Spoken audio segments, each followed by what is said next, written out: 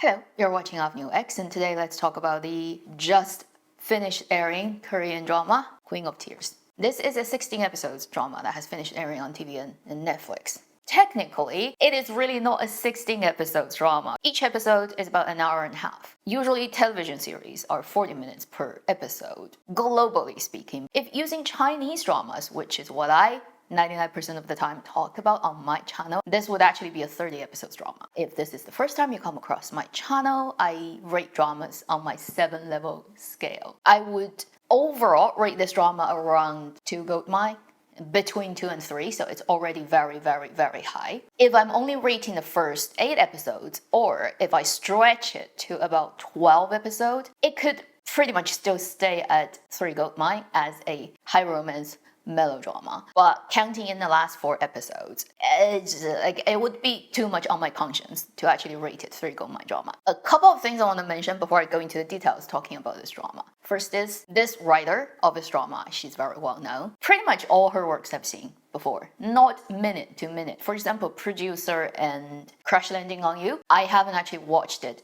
episode by episode, but I've watched it sporadically, so I still know roughly what the story is about. Then I was a huge fan of My Love from the Star, and I also did watch through the Legend of the Blue Sea, so I have a pretty good idea about what usually this scriptwriter tends to do. And in South Korean drama productions, writers usually have a very, very important position. It's a totally different situation in Chinese drama land. When people complain or they say what they love about dramas, they often direct it, when it's a South Korean drama, to the writer. In the case of Queen of Tears, I think it's very, very fair. Considering, honestly, over the last 2 decades, globally, drama making tend to, particularly in Asia, I'd say, tend to become a lot more cynical in our outlooks on romantic relationships, love, all that. And it is to do with a lot of social movement and economy, and it's too complicated to go into details in a drama review video. Just want to quickly mention that I realized the general public's view, whether it's actually in South Korea or outside of South Korea, in other countries, people tend to not liking very heavy melodramatic plot. That was once really popular in South Korean dramas. You almost see a revival, you see history developing in its spiral form and it coming back to this super melodramatic plot at 2020s. Most people don't really deal with it very well, at least that's what I see online. Still though, I think it appeals to some part of our psychology. Although people keep complaining about the plot going a bit out of control towards the end, still the rating keeps climbing high, and it finally took the first position, I think, in TVN's history, beating Goblin and Crash Landing on You. If you only look at performance-wise, this is definitely another triumph of this writer and also this whole creative team. Although, ever since 2017, my focus is completely on Chinese dramas because I'm doing this channel. There was a time, pretty much around early 2010s to the mid 2010s, or the intense period, where I watched a lot of Korean dramas. I kind of always know what's going on in Korean drama land, it's just my channel doesn't really talk about it. I have watched Korean dramas since late 90s or early 2000s,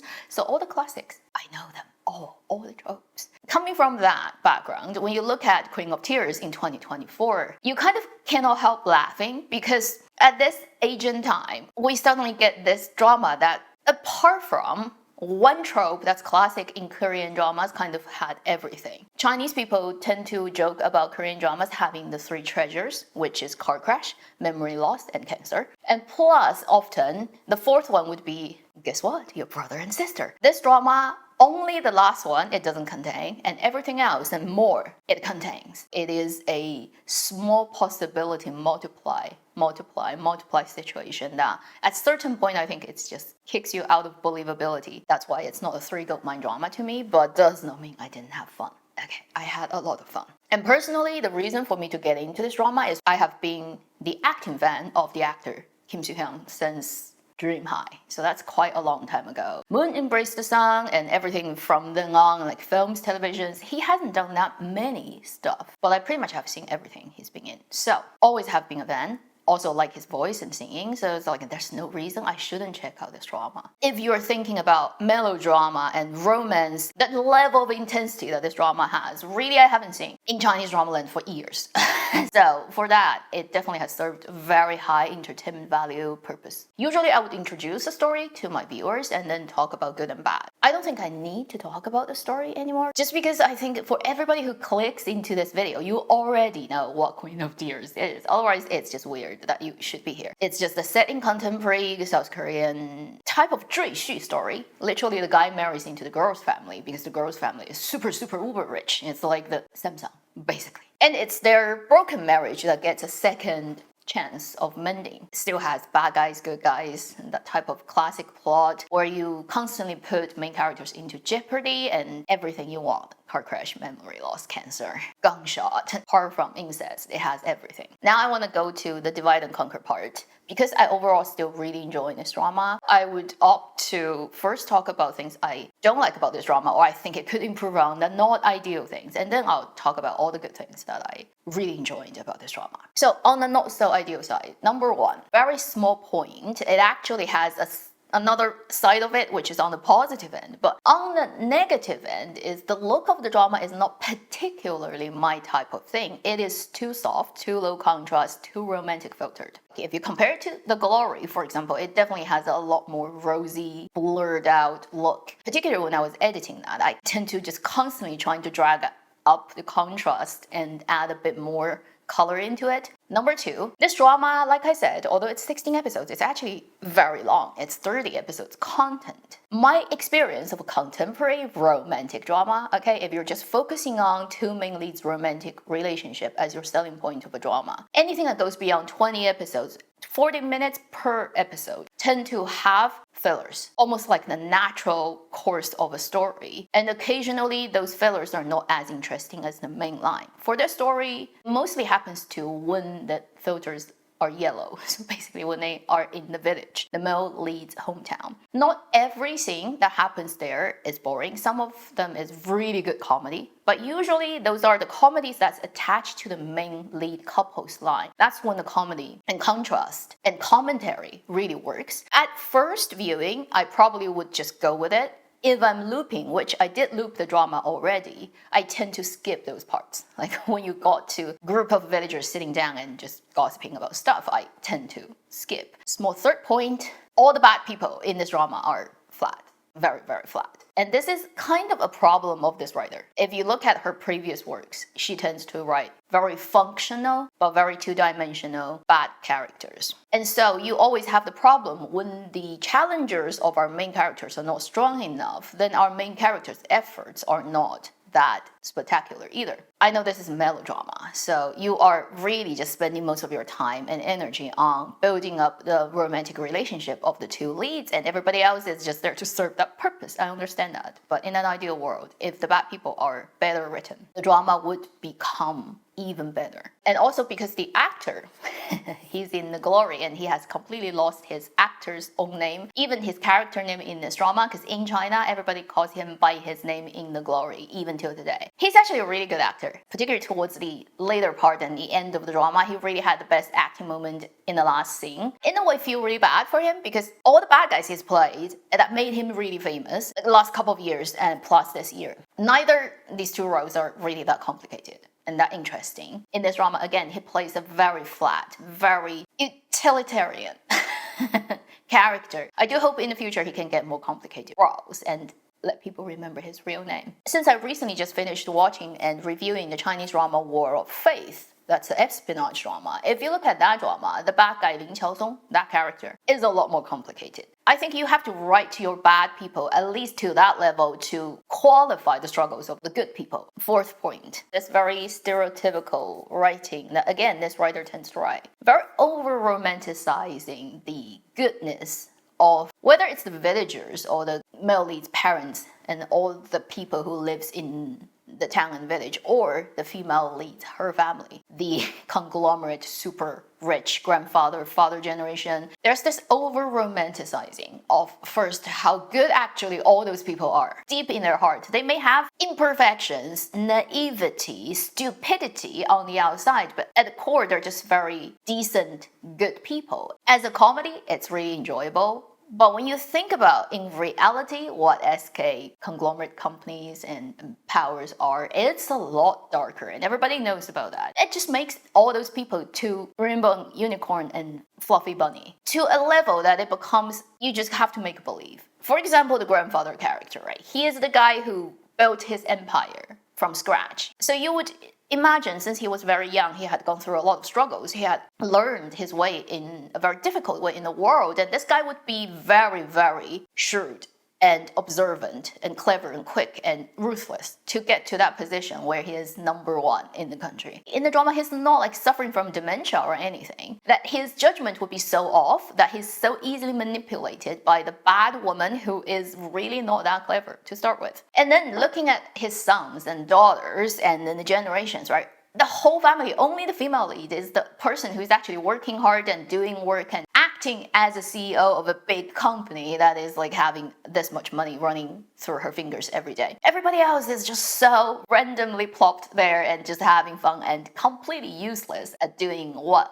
needs to get done to run such a big company. Where essentially when you strip down all the very fluffy and funny thing on the outside that I do enjoy watching, you still see this narrative of basically 穷生奸计,富长良心. And it's not just in South Korean dramas, it's global. It's also in Chinese dramas these days. When you really stop and think about it, you realize how pervasive it is, the idea of when you come from such a humble and bad background, you grow up as an incomplete and damaged person. Therefore, eventually you always do the bad things. So the two bad people in the story, they are from humble background, mother and son. And even though later they are in the top class people, they are still incomplete and they're still at the core bad. Whereas for people who grow up in very good environment, whether it's the male lead, who although is not as rich as the female lead, he still grew up in a very healthy family, never short of anything, and pretty rich villager, or the female lead who comes from uber rich, including the female lead's father generation, who's the second generation rich people. They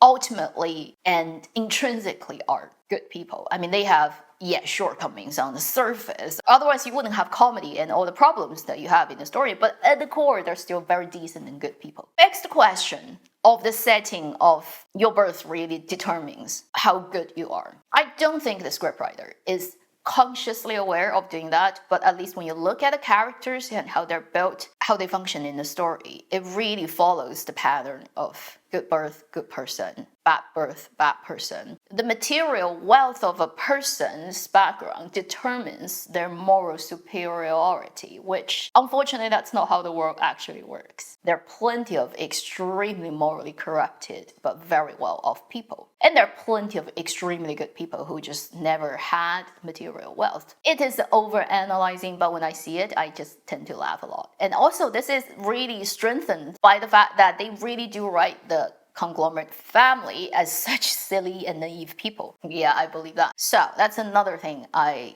have a little bit problem with. Final point I have a problem with is they made the male lead way too perfect. If you're comparing Kim Soo-hyun's character in this drama to, say, his character in My Love from the Start, then at least this character is first a real human, and then he's not perfect. Impeccable to start with. He starts as this character who, most people would have problems with, because he literally is like celebrating in his heart when he hears the news that the wife is about to die and he can finally divorce freely. So that doesn't start a male character as a very positive guy.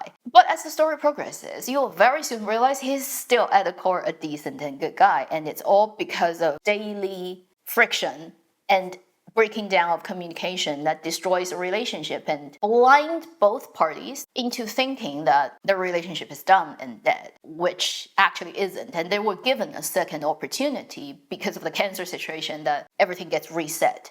Essentially, he's still a perfect guy. He's just temporarily offline and blinded. And once he comes back online, he becomes Superman. He's already good looking, as crazy, he's super smart, always number one, and gets to the best university and top of class graduation. When he works at the female lead's company, he's like the most reliable legal advisor you could have, and he is the cleverest guy among, like, at least in the drama's version, all the high management you can see in that company. He literally saves this company by his cleverness and his anticipation of the bad guy's move. And then while he can do all the job, he still deals with the family side, romantic storyline. He is also a boxer who's like really good at fighting and he works so overtime and somehow he still keeps his six packs intact and he's a good shooter. He gets hit by a car and he's fine, and he can get shot by a hunting rifle and he's still fine. You're making him Captain Korea and you're making him stronger than the aliens he's played 10 years ago. Apart from the fact that he's human, he can do every Superman thing that you need him to do for the plot's sake. This writer is just like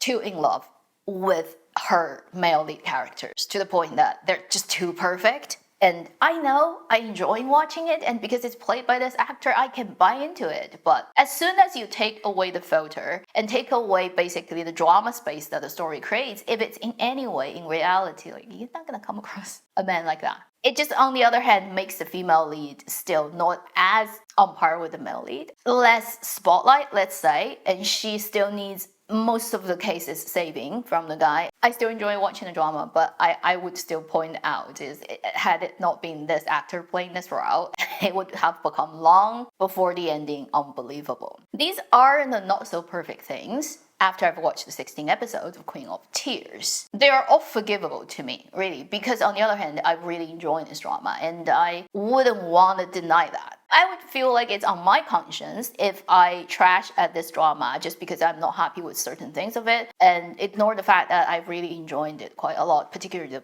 first half of it. So let's now talk about the great things about this drama. First thing is a lot of callbacks, and I love callbacks. It shows that the script has been worked at and people are trying to lay a clue and then later pull it up. Given this drama didn't actually do all callbacks, so some clues they buried, they hinted at the early parts, didn't really get resolved or pulled out at the end. For example, the VCR tape that the male lead sort of recorded at the end of one episode and they never showed up again. You don't know what happened to it. And it seems to be an important prop for the later plot to help the female lead remember, but then kind of just disappeared. But then there are many other callbacks that did get used, and the drama is filled with those. And if you go and dig them, it just gives you a lot of fun. Number two, something I highly appreciate from first shot of this drama that I realized, which is a proper production of 2020 standard of television. I know it sounds so boring, but it's so relevant to me because I talk about Chinese dramas all the time in Chinese drama land these days. Unfortunately, sometimes often at a very basic level of production, things are not done properly. You come across dramas that you really can tell the director, the cameraman, they have never spent even one day in film school. That's that obvious. That's why they would pick that focal length, that camera movement to cover that scene that does not make sense at all and does not work and looks terrible. And I suffer from that reviewing Chinese dramas day in, day out. When I look at Queen of Tears, just from the first sequence when they're getting interviewed and intercutted to people talking about their current marriage, their marriage video, and all the things like cut together really quickly, and the sets, like you just look at the first sequence, I'm like, yeah, it's done by a professional team. For example, the marriage scene, they put money into it. That's what you can tell. Like the flowers that's being used at the ceremony, they're not cheap. And I tell you what, in Chinese drama production, you're not gonna see that. Okay, that level of money put into. And then you look at all the suits and tailored stuff for the main characters. Money again, a lot of money that went into the basics. Camera work, shot design, transition design. Clearly it's been designed. It's not, let's do it when we get on set and decide on the spot what we're gonna do. Probably there are improvisation, but in terms of shot design, how they transition one scene to another, it's been designed. So there is thinking going through. Even just the basic camera work of what focal length we pick at covering this particular part of this particular scene. Do we have things in foreground? Do we tilt the camera slightly? Do we handheld or do we put it on track? Or, like why we do that, for what purpose? And we are doing a television series, it's not a film. So like, what's the difference between that? If you know, you know. And when you're watching it, you realize it's done by a professional team. It just makes you feel you're respected as an audience, which unfortunately Chinese dramas just have a lot less of that going on these days. Although I don't like the look of it, like I said earlier, I wish it could be more realistic and a little bit more grittier than the perfect romanticized look. Apart from that, I am pretty happy with it. Music comes in at the right time, editing has its style, and some of the shots are really good. Like particularly actually wider shots of this drama, if you shoot them at the right moment, they look beautiful. Just do a little bit photoshopping and touching and they look great as a screensaver.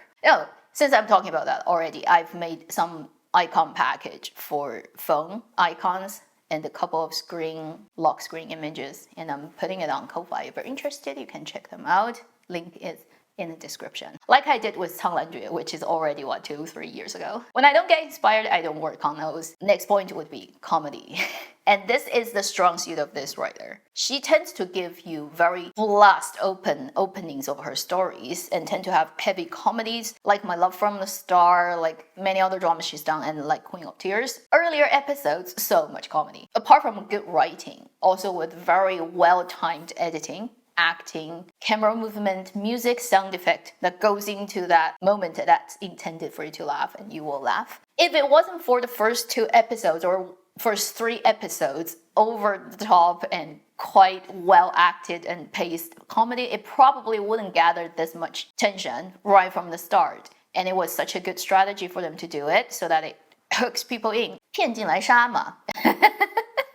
You lie and you cheat and grab the people and make them go into your story and make them addicted so that even later you're going to start to throw out knives and cut them into pieces. They're still willingly sitting there and contributing to your rating performance. So all these things I've talked about. Finally, we have to come to the point that probably everybody know I'm going to talk about. Casting of the 2 leads and acting. It's not like the supporting roles are not good. They're also very well casted and very good actors, such as the actress who again plays Kim Soo-hyun's mother-in-law. She's brilliant. Grace, character sort of clearly designed for that character purpose, but she's a lot of fun to look at. And also Mel Lee's best friend, lawyer. Such a good actor. Mel Second is a good actor too. And you can count there are many supporting roles in this drama who actually do really, really good job. And without them, it would be a different story. But clearly, everybody knows, if it wasn't for these 2 Kims who led the drama would be a totally different situation. Whether it could actually hit this high of a rating, whether it could hold out until the last moment, even when the plot becomes way too melodramatic, for most contemporary 2020s people's taste, probably not if it's not for these 2 people. We have to give that to them. And it's pretty clear. Look at how the global response is to their acting and their characters. It's again very rare that you have both leads that are equally strong and very effective at doing it. As individual actor and actress worked so well for their own characters, but when they come together, the chemistry just adds so much more. This is the synergy that you hope you can have. 1 + 1 is a lot bigger than 2 situation happening between them. Impossible to say who is the better actor, who did a more effective job of helping the other person. It's like they come together as one. That's the classic situation you want to see in a romantic drama, which is when you are really in love with another person, you become a bigger person. You incorporate the other person, that person help you break through the boundaries of who you think you are. Like love grows things. They create this couple that becomes a lot bigger than them individually added together. And that effect definitely worked brilliantly for this drama. And for melodramatic drama, that's the best thing you can ever hope for. And that's what you aim for. And you try to make it happen, but there is always that part of whether it could happen is left to fate. The magic of the universe that you cannot quantify and you cannot add together mechanically. You can just hope for it to happen, and it did happen in this drama. Like I said earlier, I went into this drama because I am a fan of Kim Soo-hyun's acting since a long time ago, and I know nearly nothing about the female lead actress. Even like The Descendant of the Sun is like I only skipped a couple of episodes and she wasn't really in them. So I wasn't aware she's in that. When she acts in this drama, I was so surprised by how well she literally holds up, right, against another actor who is very good at acting, and there's just completely equal on par energy. When you have her in close-up, you can see thoughts flying by behind her eyes, and she's very, very pinpoint accurate about delivering the message without saying it, with her eyes and with her facial expressions. So that was a huge surprise and pleasant surprise. And then obviously for the actor, he's known to be that good, right? One of the youngest, I think, like award-winning actor of South Korean's history in the television world. Also, he's like one of those rare people who just never really got affected by aging. He looks exactly like what he looks like 10 years ago. And in this drama, although it's Queen of Tears, you can totally say it's like he is the tears and the woman is the queen. He cries every episode pretty much, but he cries so well and he has so many different ways of crying and smiling. He has the most emotionally, I'd say, engaging crying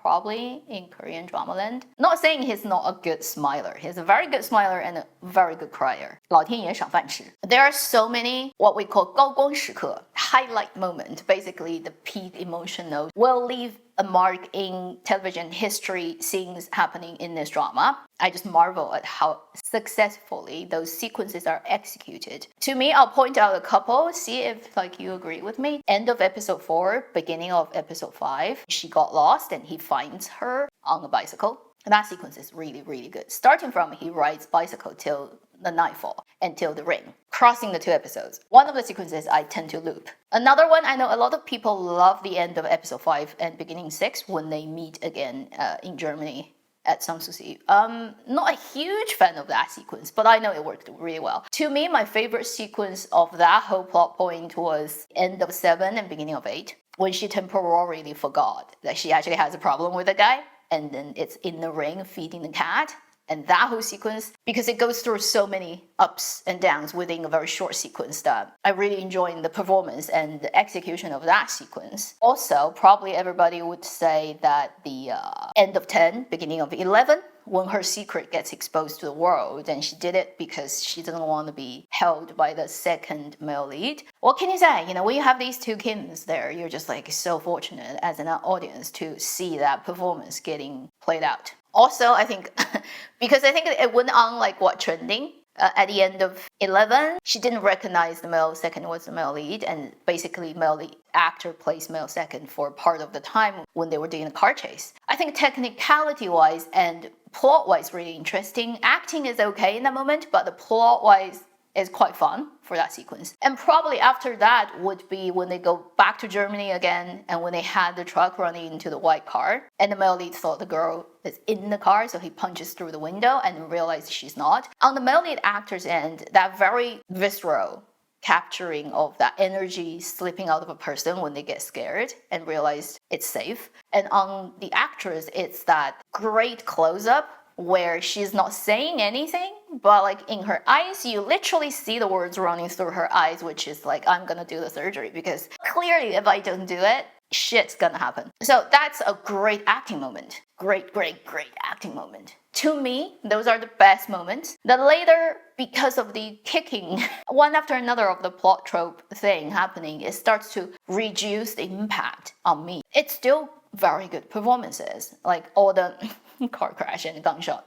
Performance-wise, no problem, but it's too much. The plot get to that point and I fail to connect anymore. But for the earlier couple of moments, I'd say for high romance melodramas, for example, if it's in Chinese drama land, if any drama achieves even 1 or 2 of such moments in their drama, I would already call them success. Unfortunately, these days, Chinese drama is just it's very lacking in that department. I am very grateful that this drama picked these 2 actors to play these 2 roles. If it wasn't them, it wouldn't have worked. I know she didn't get nominated by the recent award in South Korea. I think she should. And she's really good. As for him, if he wins, I wouldn't be surprised. But he doesn't need another award to consolidate him really anymore. Everybody knows he can act. People hire him to play this type of dramas because they know they can rely on him. I'm very happy that I live on this timeline where this guy exists as an actor and I can see him acting. And I guess that's one of the reasons why I incarnated as a human at this time and space junction.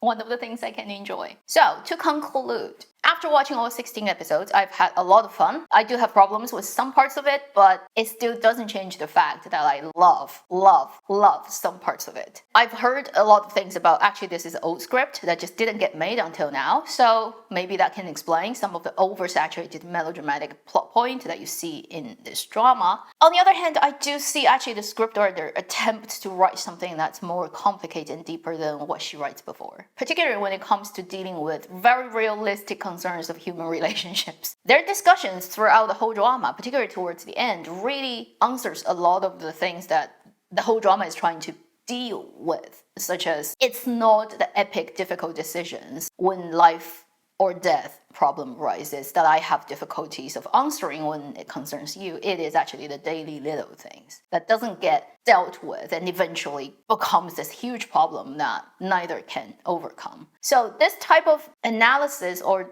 questioning of these things in the drama does exist and are quite well written. It is just not very well incorporated with the over dramatic, over melodramatic and tropey plot. So you almost see a split personality of this story, where on one hand, it attempts to do something that are more complicated and deeper and more realistically concerning. On the other hand, you have this set plot point. And I really find it funny that, at least with my observation, while the drama is on air and it's being updated every week, also split personality is, on one hand, it's like, I'm gonna ditch this drama, I can't deal with this is too much. On the other hand, it's like, can't wait for next week's episode coming in. This is too much, this is stupid, I'm laughing at this stupid plot. Why are they like running through the snowfield, the knee-high snow, and like, how does that make sense? On the other hand, the rating keeps climbing up and hit the top rating of the TV and thing. So it's funny. 口嫌体正直. You say it, it's like, it's bad, but on the other hand, you're secretly hiding in your duvet and midnight and,